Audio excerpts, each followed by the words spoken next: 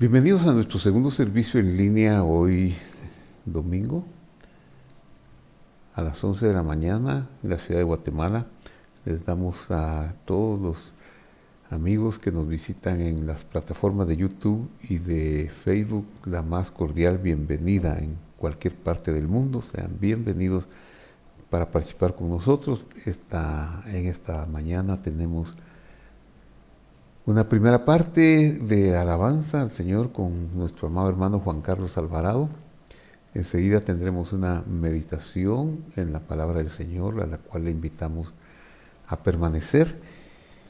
Juanca, nos vamos a unir contigo para cantarle al Señor. Gracias por compartir tus dones y permitirnos alabar junto contigo, que es hermoso alabar y agradecer al Señor. Así que te dejamos el tiempo, Juanca, y luego volveré para dar una meditación. Juanca, el tiempo es contigo. Gracias, gracias Señor, gracias Padre. ¿Qué le parece si levantamos nuestras manos un momento? Y le decimos gracias Señor, gracias Señor Jesús. Y le decimos gracias Señor por tu presencia aquí. Gracias Señor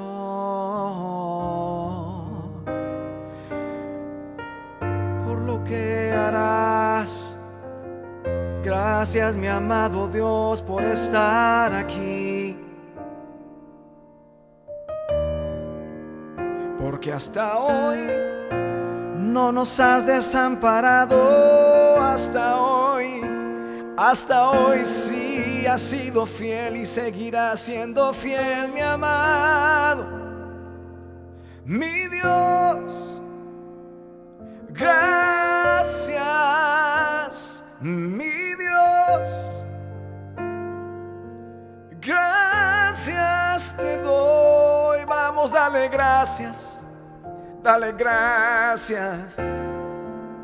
Solo levanta tus manos y dile gracias, Padre.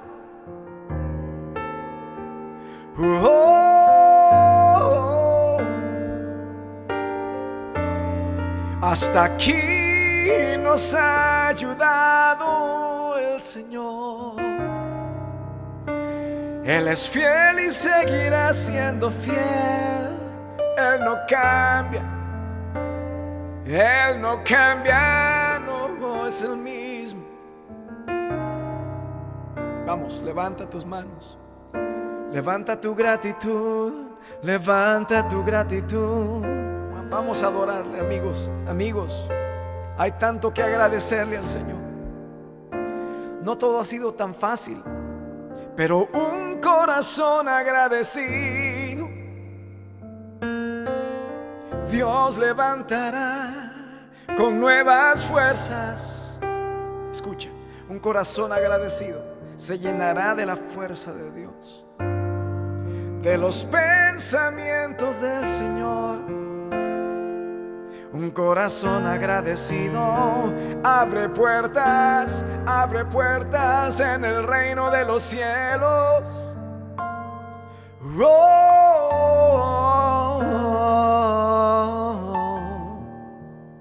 Dale gracias al Señor. Te damos gracias, Señor. Te damos gracias, Señor,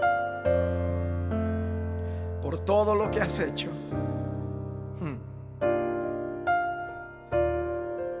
Por todo lo que has hecho. Gracias, Señor.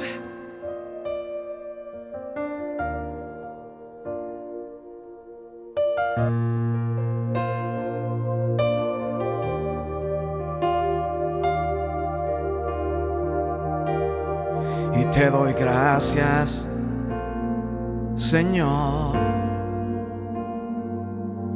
por tu obra en mi vida. Te doy gracias, dígale conmigo, Señor, por tu amor sin condiciones. Te doy gracias, Señor, por tu misericordia. Dale gracias, te doy gracias, Señor, porque has creído en mí. Pues solamente tú tienes el poder,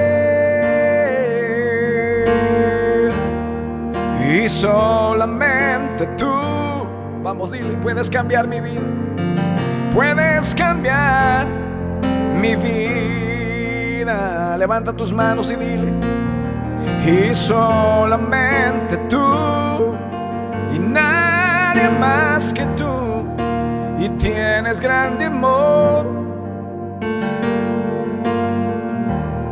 y solamente tú me das la gracia, me das la gracia para vencer. Vamos, levanta tus manos y dile, tú me das la gracia. Levanta tus manos conmigo y dile, tú me das la gracia. Me das la gracia para vencer. Me das el poder para creer. Yo me acerco a ti, Jesús. Vamos, alguien agradézcale. Yo me acerco a ti con gratitud y amor en mi corazón. Gracias, Señor. Gracias, Señor. Alguien dígale gracias, gracias, gracias, mi amado Dios.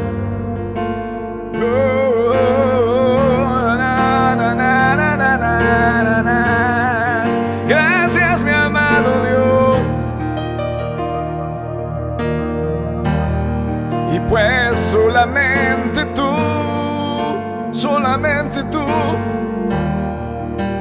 tienes el poder.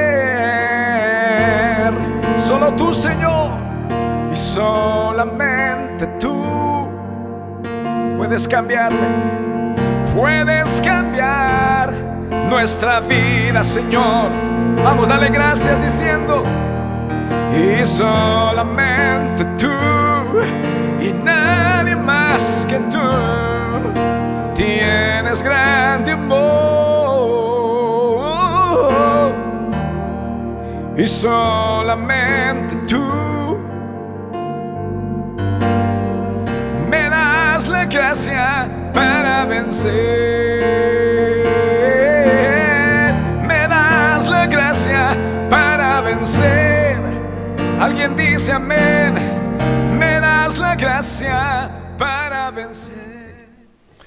Gracias, Juanca. Qué bendición cantar al Señor. Que Dios te bendiga. Bueno, como les había dicho, tendremos una meditación en la palabra del Señor para desarrollar el tema la muerte del Mesías príncipe. La escritura que leeré se encuentra en Daniel 9, versículo 20. Leo, aún estaba hablando, orando y confesando mi pecado y el pecado de mi pueblo Israel, y derramaba mi ruego delante del Señor mi Dios por el monte santo de mi Dios. Oremos.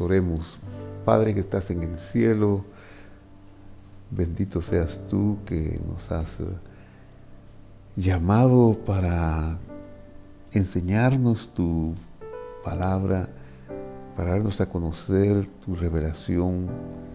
No la merecíamos, no la mereceremos nunca, pero ha sido tu amor inefable y entrañable el que lo ha dispuesto así. Por eso estamos reconociéndotelo y agradeciéndolo, Señor.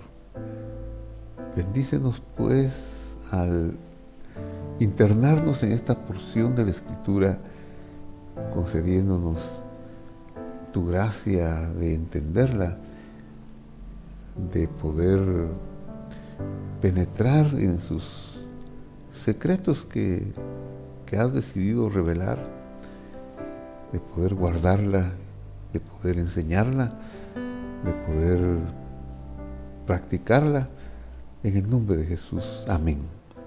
Muy bien, este versículo vuelve a resumir cosas que hemos hablado en otras ocasiones, pero que es muy importante resaltar sobre la oración, porque dice, aún estaba hablando y orando. La palabra oración en hebreo es una palabra reflexiva, cuya raíz, palal, tiene que ver con hacer un juicio. Más que hablar, más que pedir, la palabra orar, la palabra oración, requiere una reflexión, un análisis introspectivo, porque Dios no es un ser que cambie. No podemos pretender orar para cambiar a Dios. Señor, yo te pido que si has hecho esta decisión, la cambies por esta. Eso sería iluso, no va a suceder. Dios no es así. Bueno, y entonces si Dios determina cosas malas para nosotros, no, es que Él nunca va a determinar cosas malas. Él quiere darnos a conocer su esplendor, su gloria, quiere que disfrutemos la plenitud de sus dones, pero nosotros no estamos capacitados, no tenemos una vasija donde poner todas las bendiciones que el Señor ha preparado para nosotros. Lo que tenemos muchas veces son recipientes tan pequeños que sus bendiciones se desbordan. Y por eso Él nos ha dejado las herramientas como la oración y la revelación de su palabra, porque también el esplendor de su presencia y de su gloria que nos quiere brindar no tienen fines egoístas, tiene que ver con el bienestar en general del mundo que nos rodea, del cosmos y de la humanidad que nos rodea. Por eso podríamos decir que para recibir todo lo mejor de Dios tenemos que tener presentes sus mandamientos, donde el que prevalece es el amor al prójimo. Por supuesto, derivado de que lo amamos a Él, de que creemos que Él es el único y sabio Dios. Y después de haber derivado de Él ese concepto del amor al prójimo, y el único sabio Dios también relacionado con el entorno, con la naturaleza. La palabra Elohim, que es el amor entrañable, o el atributo del amor entrañable, el nombre divino con que se organiza y se crea todo lo que se revela en el capítulo 1 del Génesis, el capítulo de la creación, que crea los astros, el agua, los animales, las aguas, etcétera, etcétera, le podríamos decir la naturaleza. Ese sustantivo Elohim tiene un valor numérico de 86. Y la palabra naturaleza, Hateva, tiene un valor numérico de 86. Como quien dice, la naturaleza es expresión del mismo Dios. Así que necesitamos nosotros reflexionar sobre nuestro papel en el cosmos, en la naturaleza y nuestro papel con los demás. Eso es ensanchar las vasijas. Esta es la oración, reflexionar para ensanchar la vasija. Entonces, cuando uno ha violado alguno de esos mandamientos, alguno de esos principios, obviamente nuestros recipientes se ha resquebrajado, se ha reducido o se ha perforado, y entonces se diluyen las bendiciones, y ahí es donde vienen lo que parecen ser castigos de Dios y que queremos que nos quite este castigo, aquel castigo, pero no es así, sino que es un volver a Dios en arrepentimiento para de nuevo, después de ese juicio que nos hagamos, estar aptos para recibir el esplendor de su gloria. Y el asunto, el tercer punto, además de que debemos orar para reflexionar que hemos hecho bien o mal respecto a los dos mandamientos, respecto a la naturaleza o respecto al prójimo, también tenemos que tomar en cuenta como un cuarto paso que Dios quiso que nosotros obtuviéramos esa satisfacción a través del esfuerzo, del trabajo, a través de nuestra capacidad de hacer algo, pero no algo como meritorio ante Él, sino algo que es la oración para reflexionar, los mandamientos para llevarnos con el entorno tanto del prójimo como de la naturaleza. Esas tres cosas pues son parte del esfuerzo, del trabajo, de la labor que nos corresponde hacer. Cuando Daniel está aquí, dice, estaba aún hablando, haciendo esa reflexión que está en los primeros 19 versículos del capítulo 9, orando, es decir, haciendo ese análisis, ese juicio introspectivo y confesando mi pecado. Al hacer el juicio se dio cuenta de las manchas, se dio cuenta de lo que había sucedido, que había roto la conexión divina tanto de él como de sus reyes, como de su pueblo, como de sus príncipes. Porque dice, y el pecado de mi pueblo Israel, y derramaba mi ruego delante del Señor, mi Dios. Por supuesto que también hay una parte, después de haber hecho aquella parte de reflexiva, nos toca derramar el ruego por el monte, delante del Señor, mi Dios, por el monte santo de mi Dios, o sea, una perspectiva global. Aún estaba hablando, haciendo ese análisis, ensanchando, reflexionando, haciendo el juicio, aún estaba hablando en oración cuando el varón Gabriel es el nombre de un mensajero divino que tiene dos compuestos, la raíz Gibor, que significa fuerte, y él, que es parte del nombre divino del Dios, el único y sabio Dios Elohim, en su forma apocopá. Entonces, varón de Dios, el fuerte de Dios, es un hombre valioso de guerra. Gabriel, Gibor, varón de Dios, Gibor, el fuerte de Dios, el poderoso de Dios, a quien había visto en visión al principio volando con presteza, vino a mí como a la hora del sacrificio de la tarde. Qué interesante, viene a la hora de la oración de la minjá o de la tarde, con más o menos las 3 de la tarde, la hora en que el Señor moriría en la cruz, la hora de las oraciones de la tarde, del segundo sacrificio del día, de los dos que se hacían, uno en la mañana y otro en la tarde. A esa hora viene, qué interesante que todo esto empalma, pero de una manera muy extraordinaria.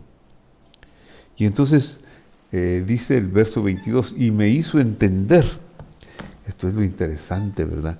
El conocimiento, el conocimiento. Nosotros necesitamos dos cosas. Número uno, aprender la palabra de Dios, que Él nos la enseñe con una fuerza que pueda trasladar nuestra ignorancia y salir de nuestros paradigmas.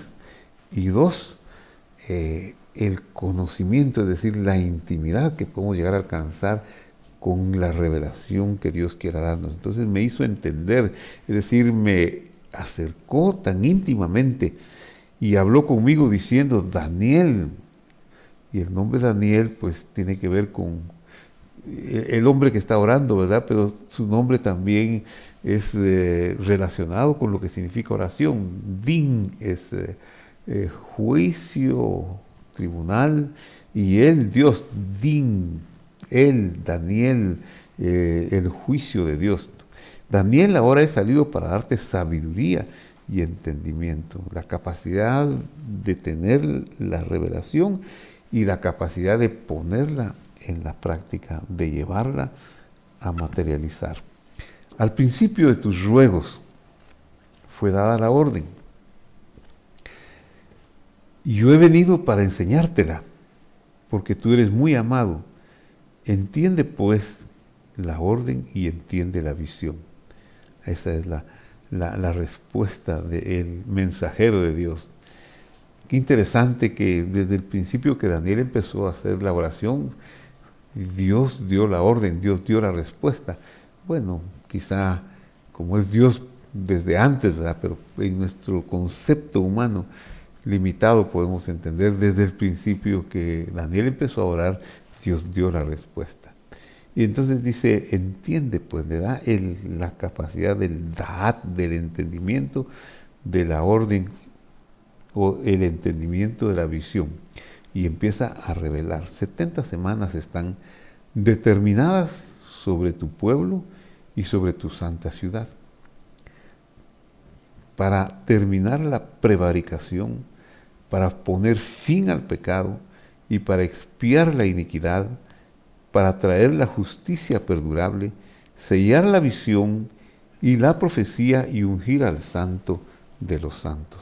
En este versículo hay misterios profundos y revelación muy profunda que la humanidad, los estudiosos, los eruditos a lo largo de casi 2 siglos y medio, 2 siglos y 400 años se han devanado los sesos por entenderla y han surgido teorías, unas disparatadas, otras más acertadas. Pero todo aquel que se ha atrevido a poner como un orgullo en esta interpretación ha quedado avergonzado porque no se han cumplido sus vaticinios, porque muchas veces han llegado a vaticinios, pero lo que el versículo está diciendo habla de 70 que tiene que ver con plenitud, 7 es la plenitud de esta creación, de esta revelación. Y eso es lo que dice, el 7 pues en este caso de Daniel está determinado por el tiempo que llevaría para que todo se consumara sobre tu pueblo y tu santa ciudad para terminar la prevaricación.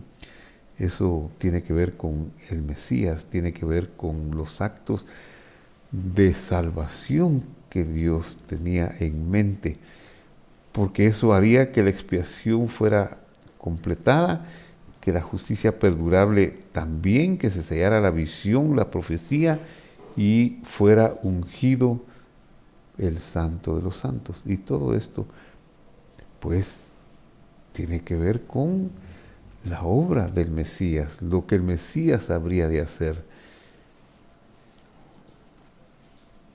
Sabe pues y entiende que desde la salida de la orden para restaurar y edificar Jerusalén hasta el Mesías príncipe habrá 7 semanas y 62 semanas, y se volverá a edificar la plaza y el muro en tiempos angustiosos. Divide en 2 las 70 semanas, una primera parte de 7 y la otra de 62 semanas. Pero dice que al final de esas 62 semanas se edificaría la plaza y el muro en tiempos angustiosos y pone acontecimientos que sucederían, si no en el orden como están dichos aquí, pero cabrían en ese periodo. Y después de las 62 semanas se quitará la vida al Mesías príncipe. Y esta es la culminación de la profecía, porque esta ya se cumplió. El quitar la vida del Mesías príncipe no es otra cosa más que la plenitud de la revelación.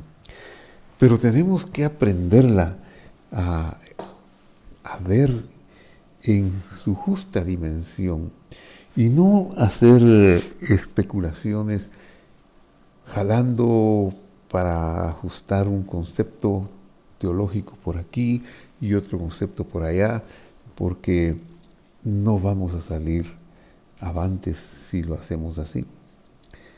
Ya que está claro, se quitará la vida del Mesías príncipe y nada ya le quedará. Entonces, ¿quién es este Mesías príncipe? ¿Quién es este ungido? Ungido, pues poco a poco se fue desarrollando. El concepto del Mesías no se desarrolló en las primeras escrituras hebreas Hasta David se dio un pasito un poco grande, pero todavía quedó corto. Fue con el paso del tiempo que se fue desarrollando más el concepto del Mesías, el ungido de Dios, el que habría de venir con la misión de redimir a la humanidad. ¿Para qué fue ungido? En los tiempos del Señor Jesús podemos decir que las cosas estaban color de hormiga, estaban difíciles, había un imperio, el imperio romano, gobernante, la opresión del pueblo era manifiesta y había tantas carencias, tantas necesidades que pareciera que era el tiempo menos indicado para que el Mesías viniera. La revelación de Dios fue progresiva, como Daniel lo hace entrever en su oración. Cuando la humanidad es desarraigada, es divorciada por Dios, en el huerto del Edén, en el capítulo 3:24 del Génesis dice, y echó pues el Señor Dios al hombre del huerto, Vaigaresh es el verbo echó, Vaigaresh es el verbo que se usa en las Escrituras para evidenciar el repudio del hombre por su mujer. La mujer solo podía quedar sin el yugo del marido por dos cosas. Primero, la muerte del marido y segundo, el repudio, el acto y el acta de Vaigaresh, de divorcio, de repudio. Entonces la humanidad quedó repudiada, quedó excluida de la gloria de Dios. Romanos 3:23 dice, por cuanto todos pecaron, están destituidos de la gloria de Dios. Y el capítulo 24 de Génesis 3 dice que Dios echó del huerto al hombre para que no pudiera volver al árbol de la vida, puso querubín. Lo que quiere decir es que puso una eternidad entre el huerto y entre el hombre, así que el hombre jamás podría volver a la eternidad, a la dicha de Dios. Eso es lo que es el divorcio. Estaba muerto en delitos y pecados, estaba excluido. Entonces, pero Dios amaba, porque el atributo del amor entrañable estaba manifiesto. El juicio se estaba dando a través del nombre de Dios que establece el juicio, como hemos dicho en el estudio 44 del día miércoles de esta semana que acaba de pasar. El juicio es establecido por el nombre Yud-Hei Vav-Hei y el nombre del amor entrañable, que es el nombre de Dios o Elohim, que establece los procedimientos, estableció que era imposible, una vez que la mujer había sido repudiada, la humanidad repudiada, que Dios pudiera volver a tener intimidad o a casarse con ella o a llamarla mi pueblo. Eso no podía suceder. Pero entonces Dios hace algo. Como la mujer, como la humanidad no podía volver, estaba desterrada, divorciada, ella no podía hacer nada más. Había una eternidad entre ella y el árbol de la vida. Entonces Él disminuye su honra. Ese es el proceso del Mesías, de aparecer en la tierra para ser ungido para la misión por medio de venir disminuido, humillado, como revela el apóstol Pablo en sus epístolas, humillado en la expresión mínima de la vida. En la expresión mínima de la vida, entonces el Mesías puede, siendo Dios, el único y sabio Dios manifestado en carne, pero velado en esa expresión mínima de la vida y portando ya en la sangre nuestros pecados, parecía un hombre más, parecía otro ser más, pues no evidenciaba manifestaciones gloriosas de luz o milagrosas. Los milagros que él habría de hacer, las obras a las que él habría de hacer para cumplir lo que se había escrito en la palabra de Dios, pues era eso, el cumplimiento de las obras que estaban escritas. No podía y no debía y no lo hizo hacer más de lo que se estableció como pacto. Por eso es que Él es el siervo perfecto, el obediente perfecto hasta la muerte y muerte de cruz. Una cosa hermosa e impresionante.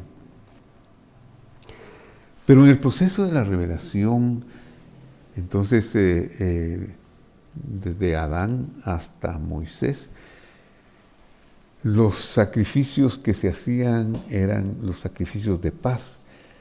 Y Dios había dispuesto que su pueblo Israel lo llamó de Abraham, de los lomos de Abraham, de Isaac y de Jacob, y después de liberarlos de la esclavitud egipcia, después de 40 días, de 50 días de la liberación aproximadamente, entonces llegan y reciben el documento porque Dios está dispuesto a casarse con ellos de nuevo.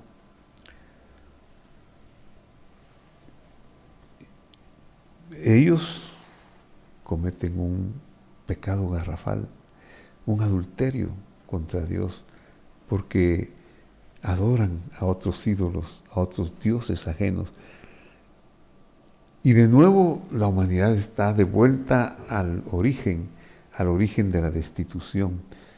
Pero en esta ocasión, entonces Dios da un paso más para revelar la venida del Mesías y para revelar la obra del ungido, la obra expiatoria. ¿Y cuál es ese paso más? Establece un sistema triple de proyección para salvación de la humanidad, para sustento. Ese sistema triple consiste en el sacerdocio levítico, en el sistema de sacrificios y en el templo. Estos tres elementos, el sacerdocio levítico, el templo o tabernáculo en el desierto y el sacerdocio, iban de la mano y habrían de representar a Dios.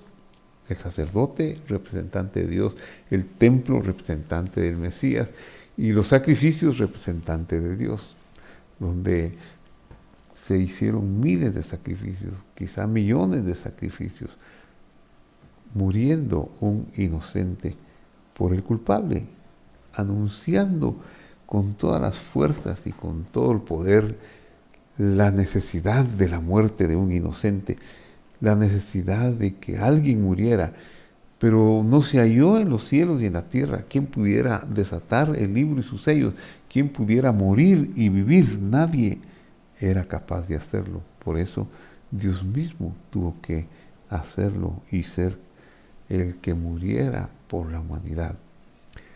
Y a eso se refiere la profecía de Daniel cuando dice que se terminará la prevaricación y se terminará y se ungirá al Santo de los Santos. Se refiere a que esas tres columnas que Dios dio en el Sinaí, como son el santuario, el sacerdocio y los sacrificios, al Mesías príncipe morir, serían sellados, ya no habría más necesidad de ellos, y de hecho no ha habido más necesidad de ellos desde el año 70 que el templo fue destruido por las huestes de los romanos del mariscal Tito. No se ha vuelto a levantar el templo, no se ha vuelto a levantar un sacrificio, porque la palabra prohíbe que se haga sacrificio en un lugar fuera de aquel que Él escogió para hacer. Entonces ahí tenemos que llegó hasta el año 70 la culminación de estas tres grandes columnas, como son el templo, el santuario y el sacerdocio. Ahora vendría un nuevo sacerdocio. El Mesías príncipe ha muerto, Él sería ungido sacerdote en un nuevo orden, en el de Melquisedec. Un nuevo santuario habría, y el nuevo santuario es el mismo. Y el sacrificio, no habría más necesidad de sacrificio porque Él era el sacrificio perfecto, como Juan le llamó y dijo, y dio testimonio y dijo, he ahí, he aquí el Cordero de Dios que quita el pecado del mundo. Así que en la persona del Mesías, del Señor Jesús, se dio cumplimiento a todas las profecías que Daniel recibió, la revelación que habrían de suceder. Pero falta algo, y es que aunque dice que se completó, tenemos que poner aquí un elemento profético, y es el elemento de las dos venidas, la venida en la humillación y la venida en gloria. Y hasta el momento lo que se ha completado es la expiación, ya no más sacerdocio, no más templos, no más sacrificios, porque ya está el sacrificio perfecto, pero hace falta algo más. Hace falta la consumación, porque Él se fue a los cielos, y mientras Él se fue dijo, volveré y les dejo a ustedes una tarea para que ustedes sigan desarrollándose, para que sigan ensanchando su vasija, para que sigan ampliando sus conocimientos, para que sigan orando y entendiendo y recibiendo sabiduría, que yo volveré a ustedes y volveré para premiarlos, volveré para hacer un examen y poder, y de esa manera elevarlos también. Pero seguramente hay otros conceptos de la justicia divina que en este lapso de ausencia del Mesías, porque murió pero resucitó, en este lapso de ausencia se están cumpliendo conceptos de los procedimientos, del debido proceso, que sería los procedimientos cumplidos de la justicia divina, que todo está en perfecto orden y va a salir en perfecto orden. La culminación de todas las cosas será su retorno en gloria. Esa es la esperanza más esperada, perdonen la redundancia, más dichosa, su retorno en gloria. ¿Para qué su retorno en gloria? Para ser coronado rey en esta creación. Y aquellos que lo denostaron, y aquellos que lo resistieron, y aquellos que lo blasfemaron, pues tendrán que darse cuenta de su error. Pero Él, en los días de su humillación, no vino para sacar la espada y destruir, vino para amar a esta creación, a este cosmos, y dar su vida por Él.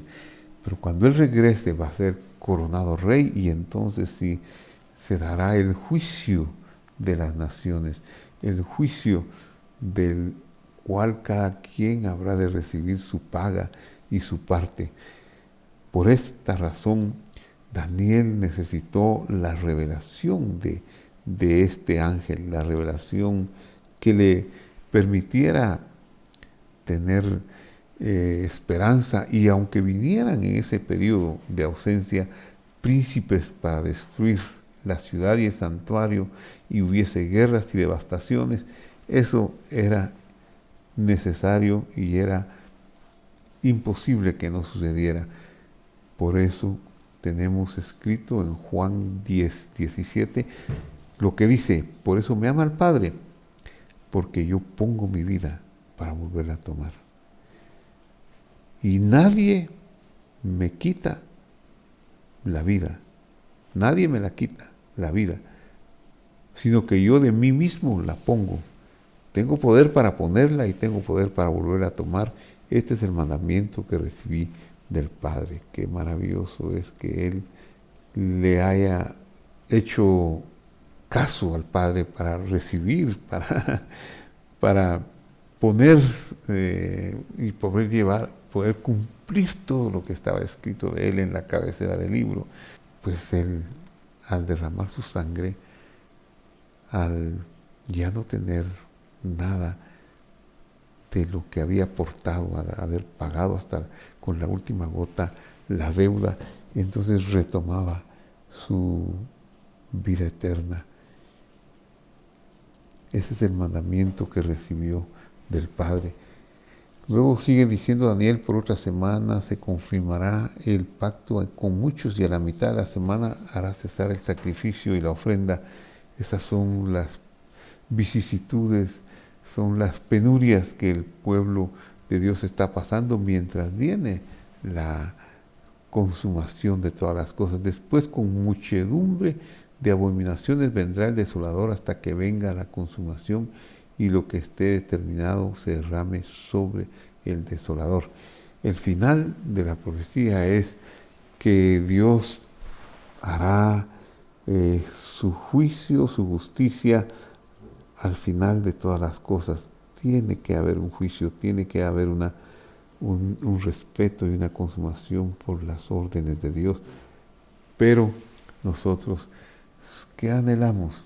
Anhelamos ese tribunal, anhelamos esa expiación donde por gracia fuimos salvos, donde podemos testificar, ven Señor Jesús, donde podemos decir, Señor, no lo merecía, reconozco que me has llamado y me has amado con amor eterno y con un grande y maravilloso amor. Así que, queridos amigos que nos visitan en cualquier parte del mundo, hemos llegado al final de esta meditación, de esta charla, y quiero pedirles que hagamos una oración. Padre que estás en el cielo, en el nombre de Jesús, te doy gracias, Señor, por la bondad tan grande con que nos amaste. Y aunque no entendamos por qué, nosotros decimos, ¿por qué estoy pasando esto? Y a veces queremos entenderlo. Tal vez no es que estemos nosotros orientados en la mejor posición de ver tu rostro, Señor, sino que estamos angustiados por los sufrimientos, por los dolores y las tristezas. Pero sabemos, Señor, que tú retornarás para gobernar sobre esta creación y entonces sí se manifestará lo que hemos de hacer. Mientras eso se manifiesta, nosotros seguiremos ensanchando con meditación, con reflexión de tu palabra, con los mandamientos de amar al prójimo y a tu creación, como a nosotros mismos seguiremos incursionando en esos ejercicios espirituales para poder servirte mejor y vivir más agradecidos y saber, Señor, que todo obra para bien a los que te amamos. Gracias, Padre, porque todo obra para bien en el nombre de Jesús. Amén y amén.